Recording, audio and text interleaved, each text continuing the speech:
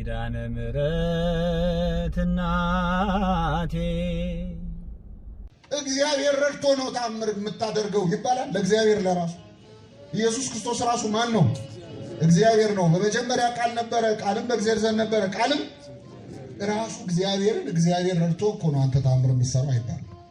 አላወቀው ግን አንተ የምታደርገውን ተአምር ሊሰራ የሚችል የለም። መምህር ሆይ አለው። መምህር ሆይ ማለቱ በእውነት ኒቆዲሞስን ሲል እናደንቀዋለን። ለምን ባለቅኔው ረቢ ሰገደ በመንፈቀ ሌሊት ለረቢ ይላል። መምህር በሌሊት በኩለ ሌሊት ለመምህር ሰገደ። አኮኑ አጽባይት ምን አጽባይት ያቢ ከጣጣት ይበልጣል አይበልጥም? ይበልጣል። ስለዚህ መምህሩ ኒቆዲሞስ ለመምህሩ ክርስቶስ መጥቶ ሰገደለት። አንተ ከኔ ትበልጣለህ ብሎ በዚህ እናደንቀዋለን። ለምን እሱ በአይሁድ ሸንጎ የታወቀ እውቅና ያለው ህጋዊ መምህር ነው። ክርስቶስ ግን እንደ መምህር የሚታይ አይደለም።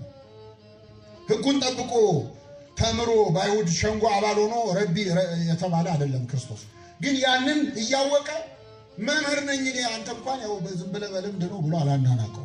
ከእግዚአብሔር ዘንድ መምህር ሆነ እንደመጣ እናውቃለን። ከእግዚአብሔር ዘንድ የመጣ ነገርን መቀበል ያስፈልጋል። ሰዎች ጸጋ ሲሰጣቸው እግዚአብሔር መዋቅሩን ጠብቆ ላይሰጣቸው ይችላል።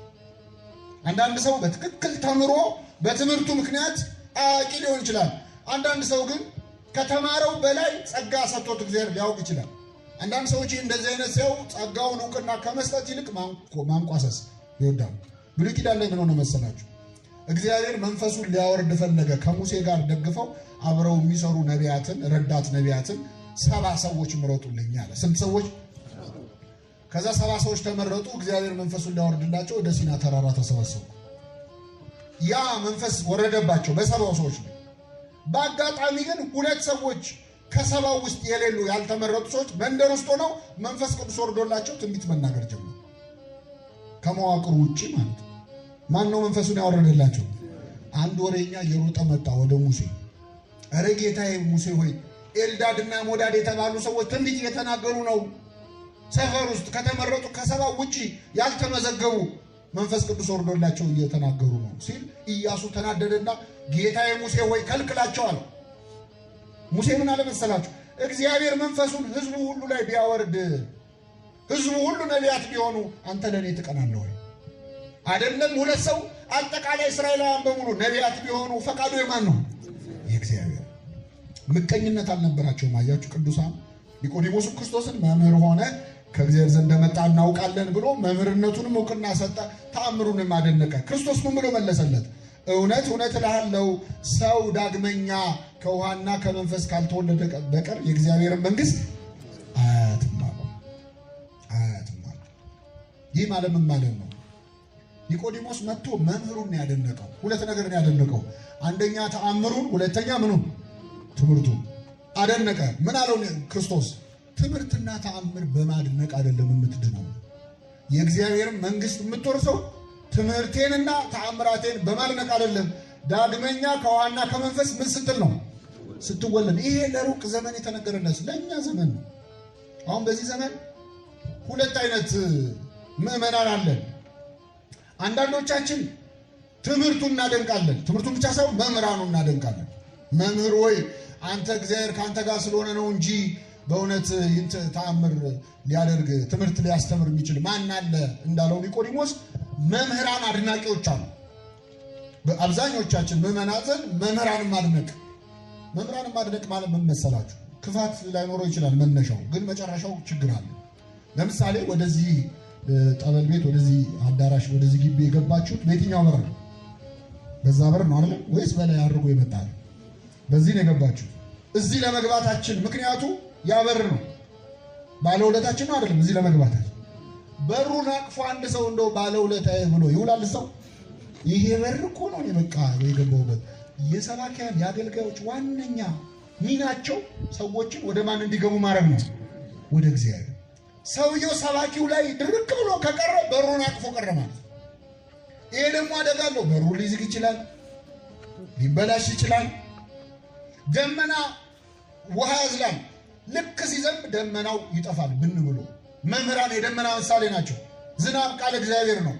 ዝናብ ከዘነበ በኋላ ደመና ፍለጋ ምን ትሄዳለህ? የመምህራን አገልግሎት እስከ መስጠት ድረስ ነው። በኋላ ሲሰበሩ አብረን እንዳትሰበር ማለት ነው። ሲወድቁ አብረን እንዳትወድቁ። ሸምበቆ የተደገፈ ሰው መጨረሻው ያምራል። መምህራንን በማድነቅ አይጸደቅም። ክርስቶስ ምን አለ?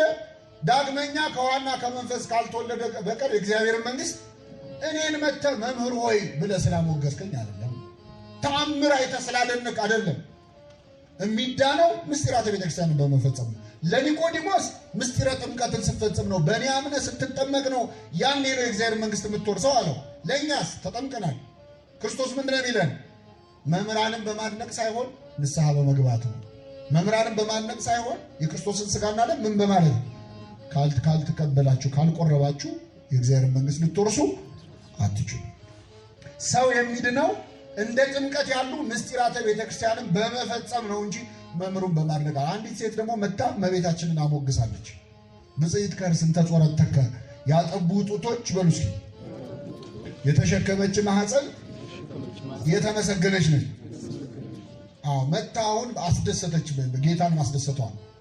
ያጠቡ ጡቶች የወንጌል መልክአ ማርያም ደገመች። መታ ክርስቶስ ምን አላት? አዎን አላት። በእርግጥ ያጠባችው ጡት የተመሰገነች ናት አይደለች? ናት። ነገር ግን አለ ብፁዓንስ ቃሌን ሰምተው የሚጠብቁት ሰዎች ናቸው። እኔን በማወደስ መምህሩን በማወደስ አይደለም ብፁዓን የሚገኘው። ቃሌን ሰምቶ ምን በማድረግ ነው? በመፈጸም ነው። ድንግል ማርያምስ ብትሆን ስለ ጸነሰችው ስላጠባችው ብቻ ይመስላችኋል ብጽዕት የተባለችው? ዋነኛ ብጽዕት ያሰኛት በክርስቶስ በማመኗ ነው። ብጽዕት ያሰኛት ያመነች በሉ እስኪ ብጽዕት ነው። ምን ያለች? ማመኗ ነው ለመጽነስ ያበቃት። ማመኗ ነው ለማጥባት ያበቃት። ስለዚህ ቃሌን ሰምቶ የሚያደርገው እነሆኝ የጌታ ባሪያ እንደ ቃል ይሁንልኝ ብሎ ተቀብሎ ቃሌን የሚፈጽም ሰው ነው እንጂ እኔን ያወደሰ ያመሰገነ አይደለም ብሎ ተናግሯል። እና ኒቆዲሞስን ምን አለው? እውነት እውነት እላለሁ ሰው ዳግመኛ ካልተወለደ በቀር የእግዚአብሔር መንግሥት ሊያይ አይችልም አለው። አይወርስም ሳይሆን ምን ሊል አይችልም?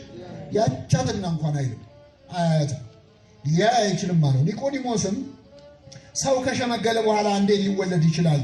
ሁለተኛ ወደ እናቱ ማኅፀን ገብቶ ይወለድ ዘንድ ይችላልን? አለው። ጥሩ ጥያቄ ነው። ክርስቶስ መለሰ፣ እውነት እውነት እላለሁ ሰው ከውሃና ከመንፈስ ካልተወለደ በቀር ወደ እግዚአብሔር መንግሥት ሊገባ አይችልም። የሚወለደው ወደ እናቱ ማኅፀን ድጋሚ ገብቶ አይደለም። ከውሃና ከምንድን ነው? ከመንፈስ ነው። በመንፈስ ቅዱስ ከማኅፀነ ዮርዳኖስ ከአብራ ከመንፈስ ቅዱስ ትላለች ቤተክርስቲያናችን። ከቤተ ክርስቲያንና ከመንፈስ ቅዱስ ነው የሚወለደው። ሊገባ አይችልም። ከስጋ የተወለደ ስጋ ነው። አንተ የመሰለ ማኅፀን ውስጥ ድጋሚ መግባት የመሰለ እሱ ከስጋ የተወለደ ስጋ ነው። ከመንፈስ የሚወለድ ግን ምንድን ነው? መንፈስ ነው። ዳግመኛ ልትወለዱ ያስፈልጋል ስላልኩ አታድንቅ። ነፋስ ወደሚወደው ይነፍሳል፣ ድምፁን ትሰማለህ፣ ከወዴት እንደመጣ ወዴት እንደሚሄድም አታውቅም። ከመንፈስ የተወለደም እንዲሁ ነው አለ። ነፋስ ወደዚህ ይነፍሳል፣ ወዴት እንደሚሄድ አታውቅም። መንፈስ ቅዱስም ወደ ወደደው ሰው ነው የሚያድረው፣ ወደ ወደደ ሰው ነው የሚጠጋው። ወዴት ይሄዳል ወዴት ይመጣል የሚለውን አታውቅም። ረቂቅ ልደት ነው የምትወለደው አለ ሲለው ኒቆዲሞስ ይህ እንዴት ሊሆን ይችላል አለ። አሁን ድጋሚ መጀመሪያ የመረጃ ጥያቄ ነበር የጠየቀው። ሰው እንዴት ድጋሚ እናቱ ማኅፀን ውስጥ ይገባል ነበር ያለው። ለሱ ማብራሪያ ሰጠው ክርስቶስ። ሁለተኛ ጊዜ እንዴት ሊሆን ይችላል ሲል ግን የእምነት ጉድለት ነው፣ አላምንም ነው ያለው። ይህን ጊዜ ክርስቶስ አንተ የአይሁድ መምህር ስትሆን ይህን አታውቅም አለው። አባቶቻችን ዓለም ልሞ ገሰጸው ይላሉ። እስኪ በሉ ዓለም ልሞ። አሁን እኛ ሰው የሆነ ችግር ስናይበት መጀመሪያ ስብርብሩን ነው የምናወጣው አይደል? አታፍርም ነው የምንለው።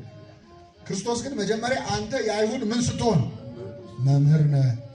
አሁን አንድን ሰው መውቀስ ከፈለክ እንኳን እንዲሁ አንተ አዋቂ አይደለህ እንዴ? አንቺ አሁን ስንት ነገር ታውቂ የለ እንዴ? ይሄ ጠፋሻል ብለህ ብትጀምር ትችቱን ይሰማል አይሰማም? ይሰማል። ምክንያቱም መጀመሪያ አዋቂ ነው የምትለዋ ሳንዱች የሚሉት ቲዮሪ አለ። መጀመሪያ ከላይ ዳቦ አለ፣ ከስር ውስጡ አለ። ከዛ እንደዛ ማለት ስድቡን ከማስቀደም በፊት መጀመሪያ ምስጋና፣ ከዛ ወቀሳ፣ ከዛ መልሰ ምስጋና ካረከው ጣፍጦት ይበላል። በሀገራችን ባህል ግን ሳንዱቹ ይገለበጣል። ይገርማችሁ እንቁላሉ ነው ከላይ አይደለ? ከስድብ ነው የሚጀምረው። አንዳንድ ሰዎች ምስጋና ሲሆን በጣም አንደበት ያጥራቸዋል፣ ስድብ ሲሆን ግን አይጠፋቸው። አንድ የዩኒቨርሲቲ መምህር አንዲትን ሴት አቆመ፣ ወፍራም ሴት አቆመና እስቲ አመስግኗት አለ። መጀመሪያ ስደቧት አለ። ሙልጭ አድርገው ሰደቧት። አልናገረውም፣ አይዟችሁ የስድቡ ቮካብላሪ ጥረት የለብንም። አወረዱባት። አሞግሷት ሲባሉ በቃ አንድ ሁለት ቡሽ ምናምን ብሎ ሰው ዝም አለ። ሰው ምስጋና ሲሆን አፉ ይስተሳሰራል። እንደው እግዚአብሔር ይፈውሳል። በጣም የሚገርማችሁ ትችት ሲሆን በጣም ጥሩ ተናጋሪ የሆኑ ሰዎች፣ ምስጋና ሲሆን አይ እኔ ምስጋና እንኳን እንደውም ፊት ለፊት ማመስገን እንዳይሆንብኝ ይላል ሰው። ምስጋና ሲሆን አይደል ፊት ለፊት መሳደብ እንዳይሆንብኝ ይላል ሰው። ያጥረከርከዋል አይደል? በጎ ቃላት ግን ኃይል ይሰጣሉ እኮ። በቃል ነው የዓለም የተፈጠረው። ብርሃን ይሁን ብሎ ነው ብርሃን የሆነው። ብርሃን ይሁን ብለህ ብርሃን ማብራት ቢያቅት የሆነን ሰውዬ ቀን ግን ብሩህ ማድረግ አይቻልም? ይቻላል። በጥሩ ንግግር ምን አይጎዳል። ግን ብዙ ጊዜ ንግግር ላይ ሰውን አመስግኖ የሚጀምርን ሰው ተለማማጭ ነው የምንለው። በቃ ዝም ብለህ እንትን እንደው እድሜ ልክ እንደተለማመጥክ ነው። የሚሳደብ ምናምን ሰው ደግሞ እሱ አቋም አለው፣ ቆራጥ ነው ይባላል። እግዚአብሔር አንደበታችንን ያቀናል። የአንደበት እሳትነት አይደል ተቀጣጥሎ ስንት ችግር ያበላሽ። ጥቂት ቃላት፣ ጥቂት ስድድቦች፣ የሆነ ቦታ የሆነን ሰው የሰደበው ስድብ ለረጅም ዓመት የማይጠፋ እሳት ጫካ ያቃጥላል ብሏል ቅዱስ ያዕቆብ። እውነት ነው። ምላስ ልክ እሳት፣ ትንሿ እሳት ጫካ እንደምታቃጥል ምላስ፣ እቺ ትንሿ ምላስ ብዙ ነገር ታጠፋለች። እግዚአብሔር እንግዲህ በስንቱ ይምከረን። አንድ ምላስ አረገው፣ ስንት ጆሮ ነው ያለን? ሁለት ምላስ ቢሆን እግዚአብሔር ያሳያችሁ። በዚያ ላይ ሸፈነው። ከንፈር አለ፣ ጥርስ አለ። እንደው ቀስ ብሎ ከወጣ ብሎ እኮ እኛ ግን አንቻል። አንደበት እሳት። ክርስቶስ አለምልሞ ገሰጸው። አንተ የአይሁድ መምህር ስትሆን አለው መጀመሪያ ይህንን አታውቅምን አለው። ከዚያ በኋላ የምናውቀው እንናገራለን። በእውነት ኒቆዲሞስ የመጀመሪያውን ምስጢረ ጥምቀት ከተማረ በኋላ አፍሮ በክርስቶስ ከመጣ በኋላ ሁለት ቦታ ወንጌል ላይ እናገኘዋለን። ይህን እንመልከትና እናበቃለን። ኒቆዲሞስን ሁለተኛ የምናገኘው የዮሐንስ ወንጌል ምዕራፍ 7 ላይ። ዮሐንስ ወንጌል ምዕራፍ 7 ላይ ቀደም ብለን ስናነብ ምን እናገኛለን? የካህናት አለቆች አይሁድ፣ ጸሐፍት፣ ፈሪሳውያን ወታደሮችን ልከው ነበር። አንድ ተልእኮ ሰጥተው። ይህ ተልእኮ ምንድነው? ከኔ ጋር ናችሁ። ወታደሮችን የናዝሬቱ ኢየሱስን አስራችሁ ይዛችሁ ብለው ላኳቸው ይላል አይሁድ። እና እነዚህ ወታደሮች እሺ ብለው ክርስቶስን ሊያስሩ ሄዱ። ክርስቶስን ሊያስሩት ሲሄዱ ሲደርሱ ክርስቶስ እያስተማረ ነው እንደዚህ ጉባኤ ላይ ነው።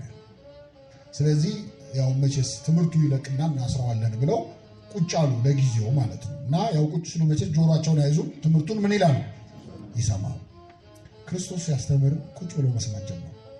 አሁን ክርስቶስ ሲያስተምር ብትሰሙ ደስ ይላችኋል አይደል? ይኸው የኛ ኃጢአተኞቹን ትምህርት ቁጭ ብላችሁ ትሰማላችሁ።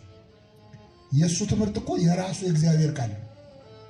እግዚአብሔር እንዲህ ያለ አይደል፣ በራሱ ነው እያለ ያለው። እሱ ራሱ እግዚአብሔር ነው።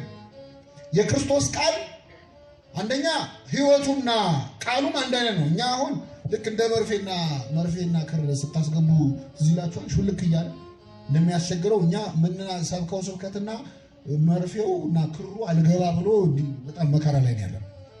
ክርስቶስ ግን በስራውና በቃሉ ብርቱ ነብይ ነው የሚለው። ሁለቱንም ሆኖ ኖሯል። የተናገረውን አድርጎት ነው የሄደው።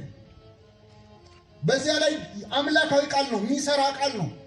የእግዚአብሔር ቃል አጥንትንና ጅማትን እስኪለይ የልብን ስሜት ይወጋል ይላል። ቃል እግዚአብሔርን እኮ ያህል ነገር የለም። የሚያነጻ ቃል ነው ቃል እግዚአብሔር። በነገራችን ላይ አይደለም እሱ የተናገረው፣ በእኛም አንደበት ቢነገር የቃሉ ንጽሕና አያድፍም። ስለሰማችሁት ቃል ንጹሐን ናችሁ ሁሉ ተብሏል። ቁጭ ብለህ ወንጌል መስማት ብቻ ራሱ ያነጻሃል፣ በተወሰነ መልኩ ያጥበዋል ሰውነት።